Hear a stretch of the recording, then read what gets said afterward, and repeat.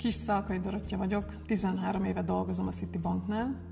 A CTI Technology and Infrastructure területén egy szoftverfejlesztő csoportot vezetek. Programozó matematikusként és számítástechnika tanárként végeztem a Szegedi Egyetemen. A pénzügyi szervezetek nagy átalakuláson mennek át az elmúlt években, ugyanis a tradicionális banki formátumot felváltja a digitális bankolás, és emiatt a Citi egy nagyon nagy műszaki és technológiai céggé nőtte ki magát. És az a szervezet, ahol én dolgozom, gyakorlatilag műszaki infrastruktúrát fejleszt a cégnek. Ti mivel foglalkoztok? Budapest kiemelt fontosságú technológiai fejlesztőközpont. Az itt dolgozó mérnökök és informatikusok munkája abból áll, hogy új műszaki megoldásokat terveznek és vezetnek be a Citi számára. Ehhez van egy nagyon nagyméretű tesztelőlaborunk itt a Budapesti Szolgáltatóközpontban. Innen Magyarországról több mint 14 különböző technológiát fedünk le. Hányan dolgoznak nálatok? Jelenleg több mint 160 fő dolgozik a CTI budapesti részlegénél. Ezek megoszlanak egyharmad arányban a technológiai műszaki fejlesztés, a technológiai kockázatelemző és az IT támogató szervezetek között. Mire vagy a legbüszkébb a területetek vezetőjeként? Az elmúlt években 3 csoportot is felépítettem, amelyek a mai napig is eredményesen működnek.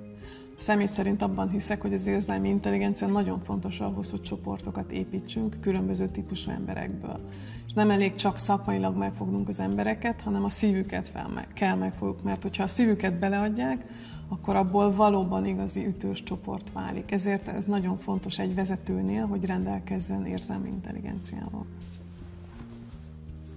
Milyen szakmai háttérrel rendelkező emberek dolgoznak nálatok? Nagyon vegyes a csapat. Vannak mérnökök, informatikusok és úgynevezett pályaelhagyók, akik az elmúlt években átképezték magukat, például tanárból informatikussá.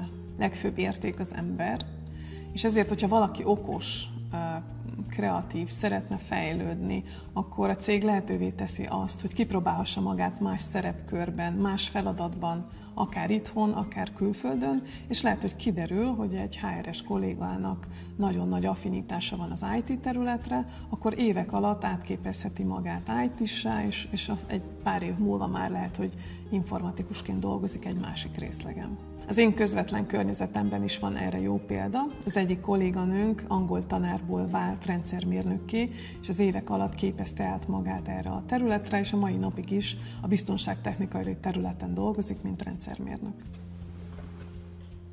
Mire van szükség ahhoz, hogy valaki bekerülhessen és sikeres legyen? A legfontosabb a proaktivitás, a szakmai kíváncsiság, ez segít a tanulásban, a jó kommunikációs készség, mert ez kell ahhoz, hogy el tud mondani a véleményedet, és nagyon fontos, hogy képes legyél dolgozni egyedül is, és csoportban is. Azt gondolom, hogy ha valaki kitartó, fejlődni akar, tanulni akar, akár szakmai úton, akár menedzsment irányba, akkor az előrelépés az garantált.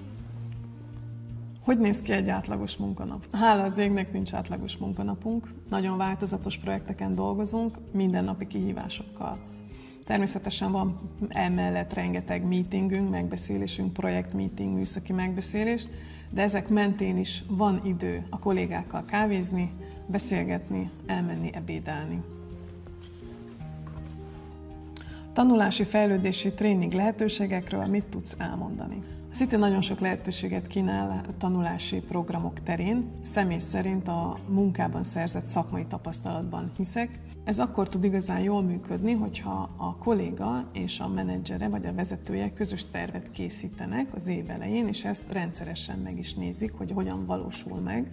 És ha ez a terv működik, akkor gyakorlatilag a menedzser és a kolléga együtt közösen kiválasztják, hogy melyik az a terület, ami fejlődni szeretne, és olyan típusú munkákat kap, amiben ezt tudja gyakorolni. Igazából itt rengeteg fajta tréning lehetőség, tanulási lehetőség van, és az emberek hozzászoktak az egyetemen, hogy így próbálják bele sajtolni a fejükbe a tudást, és ez egy nyomásként jelentkezik. Itt viszont igazából kell a proaktivitás, az a fajta energia, hogy minden elérhető, csak rajtam múlik, hogy tanulni kell.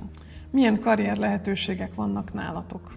Lehet érkezni a egyetemista pályakezdő program oldaláról, de érkezhet valaki egy másik csoportból is a Cityn belül, mert a City támogatja azt a lehetőséget, hogy kipróbáld magad más szerepkörben, más szakterületen, ezért lehetőség van úgynevezett mobilitás mentén átkerülni egyik csapatból a másikba. Amíg nem tudod egyébként, hogy mi az, ami érdekel, egy másik nagyon érdekes lehetőség az úgynevezett job shadowing, amikor egy adott időtartamra csatlakozol egy csoporthoz, és megnézed, hogy ők napi szinten mit dolgoznak, milyen képesség kell hozzá, mit kellene tanulni, hogyha én ebbe a szerepkörbe szeretnék majd mondjuk 2 év múlva dolgozni.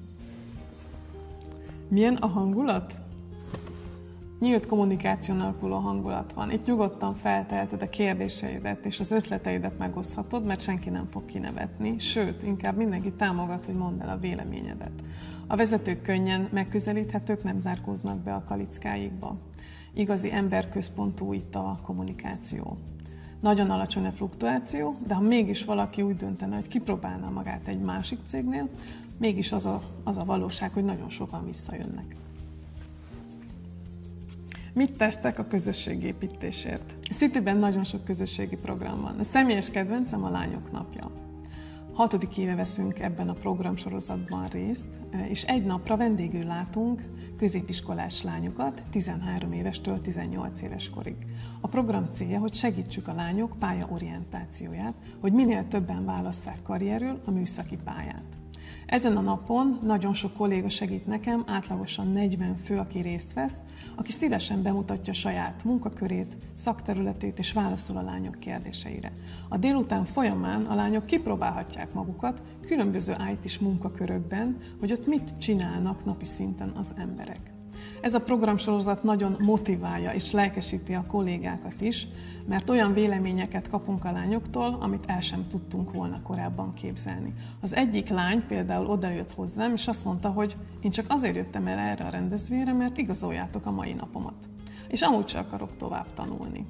A délután folyamán megváltoztatta a véleményét, és azt mondta, mégiscsak tovább akarok tanulni, etikus hacker leszek.